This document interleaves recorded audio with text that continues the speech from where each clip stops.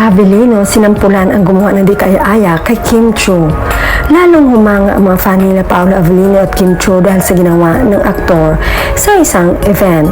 Kung matatandaan ay nakilahok ang Kim Pao sa isang fan run event sa MOA Sports Ground, takbo para sa pelikulang Pilipino. Nakunan sa video ang ginawa ng isang lalaki na kasali sa nasabing fan run na sadyang sinusundan at masyadong nakadikit ito kay Kim Chiu. Nilapitan at may inakbayan agad ni Pao ang aktres at pinauna. Makita na kinakausap ng aktor ang nasabing lalaki.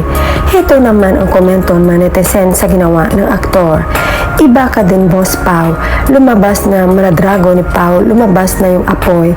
Hoy kuya, wag ka nga lumalapit kay Kemi.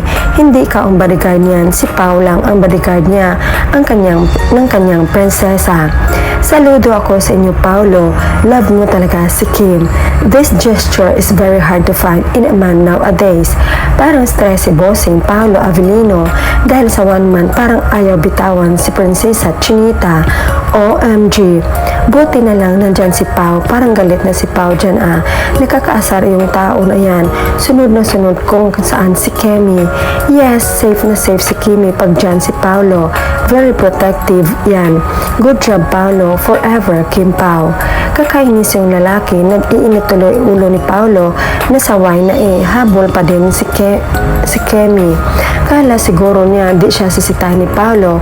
Isip-isip siguro nung guy takot mabash si Paolo kaya hayaan siya. Wrong move ka kuya. Ako po ay naniwala na sila na tapos ang usapan. Si Pao very protective kay Kim. Yan ang tunay na lalaki. Proud ako sa kanya. Wala nang promotion Kim Pao tapos na ang movie nila pero magkasama pa rin. Kim Pao, private but not secret. O diba, action speaks louder than words.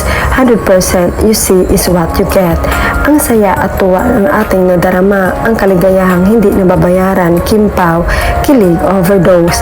Ganyan talaga pinagkatiwala na si Kim ng pamilya niya kay Pao.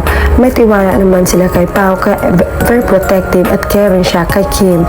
At higit sa lahat, mahal niya ito noon hanggang ngayon. Pinangarap na maging kanya, kaya mula nilang hanggang ngayon sila na talaga ang tinadhana. Sinagot ang mga katanungan. Nakakakilig naman ang Paugi na yan. May pag-akbay sa prinsesa niya. Grabe sa lahat ng karelasyon ni Kemi. Kay Pao niya lang naranasan ang ganyang trato ng isang lalaki.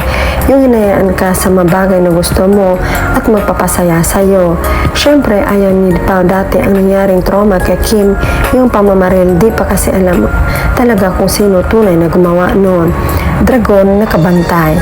Ingat na ingat si Pao na may dumikit kay Kim. Distansya o ambulansya. Yung Paolo na naging Victor real quick. Iritang-irita siya pero ang hot niya maging bodyguard.